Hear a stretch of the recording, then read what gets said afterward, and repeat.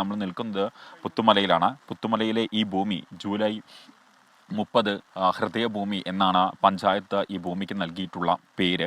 നമ്മൾ ഈ ദൃശ്യങ്ങളിൽ കാണുന്നത് അജീഷേട്ടൻ്റെയും അതുപോലെ തന്നെ സാനി ചേച്ചിയുടെയും മക്കളുടെ അവരുടെ മൃതദേഹങ്ങൾ സംസ്കരിച്ചിട്ടുള്ള ഇടമാണ്. അല്പസമയം മുമ്പാണ് അവരിവിടെ എത്തി ഈ കല്ലറയിൽ പുഷ്പാർച്ചന നടത്തുകയും ആ കുട്ടികൾക്ക് ഏറ്റവും പ്രിയപ്പെട്ട മിഠായിയും അതുപോലെ തന്നെ മറ്റ് കളിപ്പാട്ടങ്ങളും ഒക്കെ തന്നെ ഇവിടെ വെച്ചുപോയത്. അതിന് തൊട്ടടുത്തുള്ളത് രാജമ്മ എന്നാണ് തൊട്ടടുത്തുള്ള ആ കല്ലറയിൽ പേര് കുത്തിവെച്ചിരിക്കുന്നത്. അത് അനിഷേട്ടൻ്റെ അമ്മയാണ്.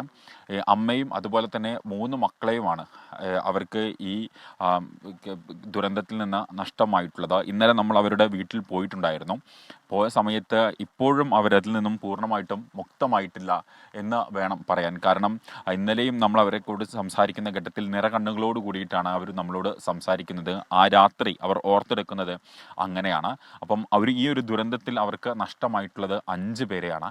അതുപോലെ തന്നെ ഒരുപാട് പേർക്ക് അവരുടെ ഉറ്റവരെയും ഉടയവരെയും അവരുടെ സുഹൃത്തുക്കളെയും അയൽവാസികളെയും ബന്ധുക്കളെയും ഒക്കെ തന്നെ നഷ്ടമാകുന്ന ദിനങ്ങളായിരുന്നു, അല്ലെങ്കിൽ ദിനമായിരുന്നു ഈ ഒരു ദിവസം എന്ന് വേണം പറയുവാൻ വേണ്ടിയിട്ട്.